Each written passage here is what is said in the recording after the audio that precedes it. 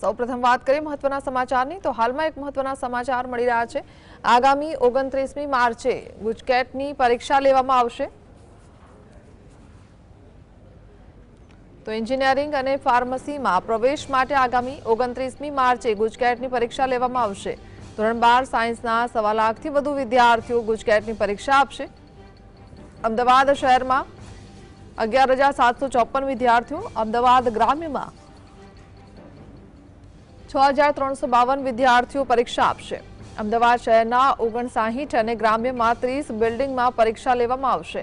Do ઓફિસમાં 24 કલાક control room કાર્યરત રહેશે। ગરમીને ધ્યાનમાં લઈ પૂરતા પ્રમાણમાં પીવાના પાણીની વ્યવસ્થા કરવા કેન્દ્ર સંચાલકોને સૂચના આપવામાં આવી છે।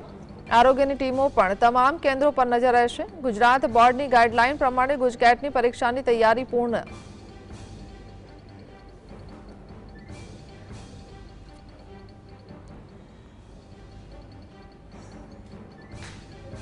તો ગરમીને ધ્યાનમાં લઈને પૂરતા પ્રમાણમાં પાણીની વ્યવસ્થા કેન્દ્ર સંચાલકોને સૂચના આપી દેવામાં આવી છે। આરોગ્યની ટીમો પણ તમામ કેન્દ્રો પર હાજર રહેશે।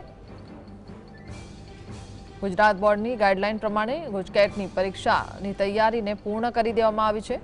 ડીઓ ઓફિસમાં 24 કલાક કંટ્રોલ રૂમ કાર્યરત રહેશે। અમદાવાદ શહેરના 59 અને ગ્રામ્યમાં 30 બિલ્ડિંગમાં પરીક્ષા લેવામાં આવશે।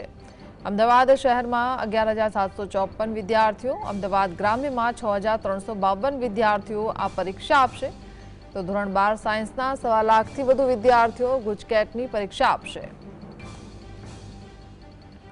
સંવાદદાતા જતીન જોડાયા છે। જતીન, શું જાણકારી?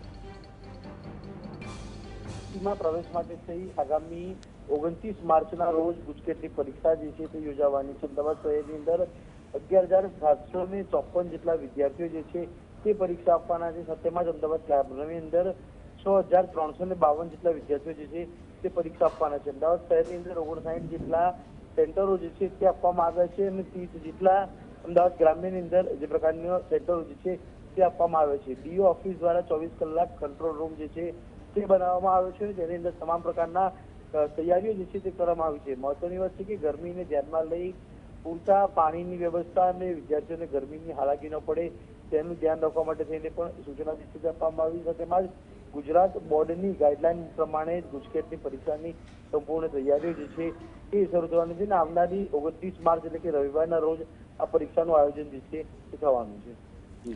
જી, આભાર।